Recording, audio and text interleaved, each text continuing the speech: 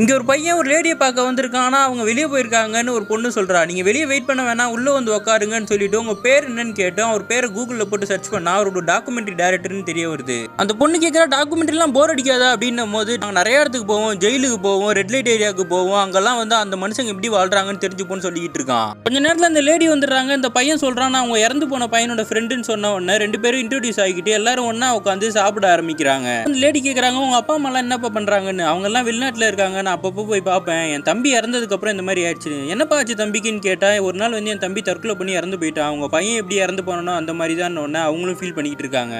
இந்த பையன்கிட்ட அந்த லேடி சொல்கிறாங்க, என்னோட பையன் சாகிறதுக்கு முன்னாடி எனக்காக கிஃப்ட் மாதிரி செஞ்சு கொடுத்தான் அப்படின்னும் போது இவனும் ஒரு டைரி எடுத்துகிட்டு வந்து என் தம்பி வந்து சாகிறதுக்கு முன்னாடி இதில் நிறைய விஷயம் எழுதியிருந்தான், அதை பார்த்து தான் நாங்கள் தெரிஞ்சுக்கிட்டோம் அவன் டிப்ரெஷனில் இருந்தான்னு சொல்லி அப்படின்னும் போது அங்கே இருக்கிற அந்த பொண்ணு சொல்கிறா, எங்கள் வீட்டில் இருந்த பையன் டிப்ரெஷன்லாம் செத்து போல, அவனை வந்து காலேஜில் ரேக்கிங் பண்ணாங்க, அது வேற இது வேறன்னு சொல்லிக்கிட்டு இருக்கா.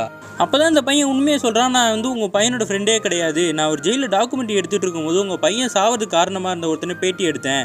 அப்போ அவன் சொன்ன விஷயம்லாம் எனக்கு ரொம்ப கஷ்டமாக இருந்தது, அதெல்லாம் உங்ககிட்ட சொல்லணும்னு நினச்சேன். அது மட்டும் இல்லாமல் அந்த பையன் ரீசெண்டாக வந்து தற்கொலை பண்ணிக்க ட்ரை பண்ணால் இப்போ ரொம்ப சீரியஸாக இருக்கான். இந்த வீடியோ எல்லாத்தையுமே வந்து இந்த பென்ட்ரைவில் வச்சிருக்கேன், உங்களுக்கு மனசு இருந்தால் அதை பாருங்கன்னு சொல்லி கொடுத்துட்டு போயிடுறான். இந்த லேடியும் மனசு கேட்காம நைட்டு அந்த வீடியோ போட்டு பார்க்குறாங்க. அந்த குற்றவாளி சொல்கிறான், அந்த பையன் ஜூனியராக இருந்தான், நான் ரேகிங் பண்ணிக்கிட்டு இருந்தோம், அவன் இவ்வளோ சீக்கிரமாக உடஞ்சி போவான்னு எங்களுக்கு தெரியல, குடிபோதையில் எங்கள் வாழ்க்கையில் இருக்க கஷ்டத்தெல்லாம் அந்த பையன் மேலே நாங்கள் போட்டுட்டோம், அவன் ஒரு கம்ப்ளைண்ட் கொடுத்துருந்தா எல்லாமே நின்று போயிருக்கோம், அவன் இறந்ததுக்கப்புறம் என்னால் தான் இறந்து போனால் என்னால் தாங்கிக்கவே முடியல, அவங்க அம்மா மட்டும் நேரில் பார்த்தோன்னா மன்னிப்பு கேட்குன்னு சொல்லி அழுதுகிட்டு இருக்கான்.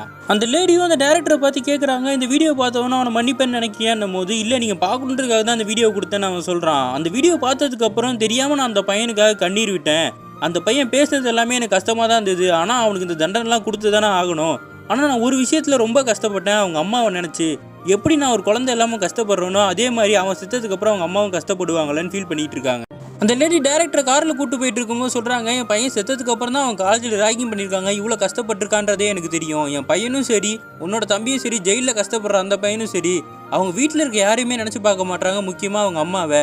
யாராவது மனசு திறந்து பேசியிருந்தாலே இந்த பிரச்சனைலாம் முடிஞ்சு போயிருக்கும் அப்படின்னு ஃபீல் பண்ணிட்டு இருக்காங்க. பசங்க எல்லாரும் கிளாஸ் மேலே கிளாஸ் சேர்த்து படின்னு டார்ச்சர் பண்ணுறதை விட அவங்க மனசில் என்ன ஓடுதுன்றதை பக்கத்தில் உட்காந்து எல்லா பேரண்ட்ஸும் தெரிஞ்சுக்கிட்டாதான் இந்த மாதிரி பிரச்சனையிலேருந்து தீர்வு காண முடியும்.